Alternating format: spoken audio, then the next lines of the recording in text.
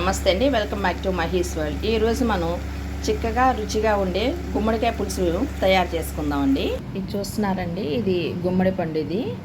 ఇది సూర్య గుమ్మడికాయ అంటారు. ఇది మే నెలలో అమ్మ వాళ్ళ దగ్గరికి వెళ్ళినప్పుడు తీసుకొచ్చండి. 4 months అయింది. ముందు అసలు ఇది ఎలా ఉందో పగలగొట్టి చూద్దాము. 4 months అయినా కాయ అసలు పాడవలేదండి, చాలా బాగుంది. దీంతో మనం పులుసు పెడితే చాలా టేస్టీగా ఉంటుందండి. కొన్ని విందు భోజనాల్లో అయితే ఈ గుమ్మడికాయ పులుసు లేనిదే భోజనాలు కంప్లీట్ అవ్వండి. ఇది పెద్ద పెద్ద ముక్కలుగా కట్ చేసుకోవచ్చు, మరీ చిన్న ముక్కలుగా అవసరం లేదు. మనం దీని కింద లేయర్ కూడా తీనవసరం లేదండి. చెక్కు మనం ఉడికిన తర్వాత, మనం కూర చేసిన తర్వాత ఒక లేయర్లా వచ్చేస్తుంది.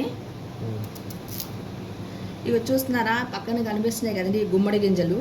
మనం ఇప్పుడు పంకిన్ సీడ్స్ అని ఆయుర్వేదం షాపులో తీసుకుంటున్నాం కదండి, ఇవి తీసుకోవటం వల్ల మనకి హార్ట్ ప్రాబ్లమ్స్ అవి ఉండవండి. అలానే ఇన్ఫెర్టిలిటీ కూడా లేకుండా ఉంటుంది. గుమ్మడి పండులో మంచి ఫైబర్ కూడా ఉందండి.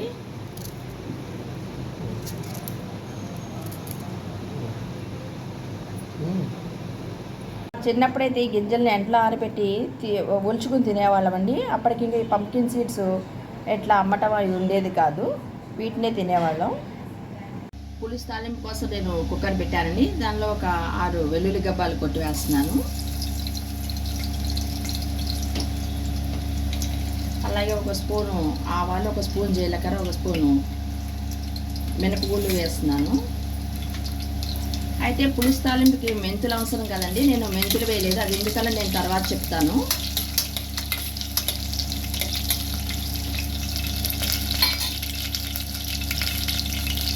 మెయిన్ ఇంగువ అండి పులుసు తాలింపులో వేయాల్సింది.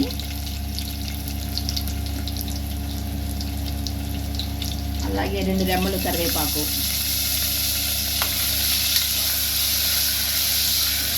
తాలింపు ఫ్రై అవనివ్వాలి.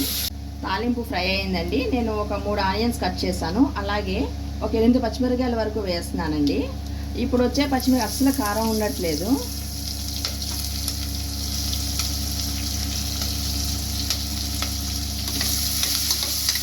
ఉల్లిపాయల్లోనే నేను సాల్ట్ కూడా వేస్తున్నానండి. పులుసు కదా కొంచెం ఎక్కువే పడుతుంది, 1.5 స్పూన్ వరకు వేస్తున్నాను. నేను ఒక నిమ్మకాయ అంత చింతపండు వేడి చేసి పెట్టుకున్నానండి. ఇది పులుసు తీస్తున్నాను. ఉల్లిపాయలు మగ్గినాయండి. ఇప్పుడు నేను ఒక 1/2 స్పూన్ పసుపు వేస్తున్నాను దీనిలో.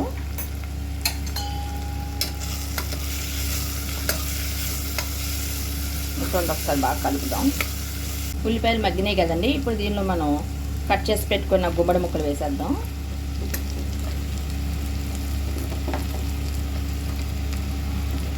ఈ గుమ్మడికాయ తింటే కొంతమందికి నొప్పులు వస్తాయని చెప్పి అంటూ ఉంటారండి. అయితే అమ్మ వాళ్ళ ఇంట్లో మేము 3 తరాలు తినేవాళ్ళం. ఇక్కడ కూడా 3 తరాలు తింటాం. నాన్నమ్మ, అమ్మ అక్కడ మేము తినేవాళ్ళం. ఇక్కడ అత్తయ్య, మేము పిల్లలు తింటున్నాం. అయినా మాకు ఎలాంటి ప్రాబ్లమ్స్ లేదండి. అయితే వాళ్ళకున్న హెల్త్ ఇష్యూస్ని బట్టి అట్లా నొప్పులు వస్తాయేమోనండి, తెలియదు. అంతేగాని గుమ్మడికాయ ఎఫెక్ట్ అయితే కాదనుకుంటున్నాను. బాగా కలపాలండి మొత్తం అంతా కలిసేట్టుగా. మూత పెట్టి కొంతసేపు మగ్గనిద్దాం. ఒక చిన్న టీ గ్లాస్తో కొంచెం వాటర్ వేసి మనం కలిపిస్తే ముక్క త్వరగా మగ్గుతుందండి. ఈ గుమ్మడికాయ మీద కూడా సామెతలు అయితే ఉన్నాయండి. గుమ్మడికాయలు దొంగెవరంటే భుజాలు తడుముకోవటం అంటారు. అలాగే కడవంత గుమ్మడికాయ కూడా కత్తిపేటకి లోకు అంటారు. ఏం లేదండి, ఇట్లా సామెతలు చెప్తూ ఉంటే మీరు వింటే మన పిల్లలకు కూడా చెప్తే కొంచెం వాళ్ళకు కూడా తెలుస్తుందని చెప్పేసి గుర్తు చేయటమే సామెతల్ని. కంప్లీట్గా గుమ్మడికాయ మొక్క ఉడికిన తర్వాతనే మనం కారం వేయాలండి. అలాగే పులుసు కూడా వేయాలి. పచ్చిమిరపకాయలు ఎక్కువగానే వేసాం కదండి, ఒక 1/2 స్పూన్కి కారం వేస్తున్నాను. అలాగే నేను మెంతులు వేయలేదు కదండి, తర్వాత చెప్తానన్నాను కదా. ఇదండి, ఇది స్పెషల్. ఇది పులుసు పొడి. ఈ పులుసు పొడి ఉంటే మనకి పులుసు చిక్కగాను రుచిగాను కూడా వస్తుంది. ఇందులో నేను మెంతులు డ్రై రోస్ట్ చేశాను. అలాగే పప్పులు కూడా రోస్ట్ చేసి నేను మిక్సీ పట్టానండి. ఈ పులుసు చిక్కగా రావడానికి కొంతమంది బియ్యం పిండి కలిపి వేస్తూ ఉంటారు కదా, అలాగే కొంచెం బియ్యం కూడా నేను రోస్ట్ చేసి అందులో వేశాను. ఈ పొడి వేయటం వల్ల పులుసు రుచిగాను వస్తుందండి, చిక్కగాను వస్తుంది. మన క్వాంటిటీని బట్టి మనం వేసుకోవాలి. నేను 2 స్పూన్ల వరకు వేస్తున్నాను దీనిలో.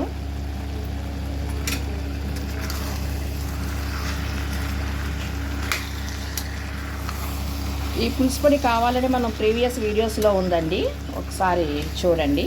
ముక్క కంప్లీట్గా ఉడికింది కదండి. ఇప్పుడు నేను పులుసు వేస్తున్నాను.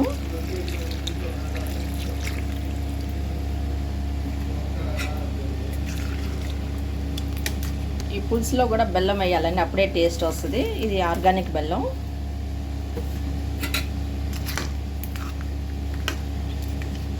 మొత్తం పులుసు బాగా ఉడికేట్టుగా ఒక 5 నిమిషాలు ఉంచాలి. అప్పుడు ఆ పులుపు అదంతా కూడా ముక్కకు బాగా పడుతుందండి. గుమ్మడికాయ పులుసు రెడీ అయిపోయిందండి. ఇది వేడి వేడి అన్నంలో ముద్దపప్పు నెయ్యితో తింటే చాలా బాగుంటుంది. పులుసు రెడీ అయిందండి. వేడి వేడి అన్నంలో ఇలా పులుసు వేసుకుని, ఈ ముక్కలు కూడా చాలా బాగుంటాయండి. కొంచెం ముద్దపప్పు ఇట్లా దానిపైన ఇలా ముద్దపప్పు వేసుకుని కరగబెట్టి నెయ్యి వేసుకోవాలండి, పెరుగున నెయ్యి కాకుండా. అలా నెయ్యి వేసుకుని తింటే ఆ టేస్ట్ చాలా అద్భుతంగా ఉంటుంది. మీకు నచ్చితే లైక్ చేయండి. Thank you for watching.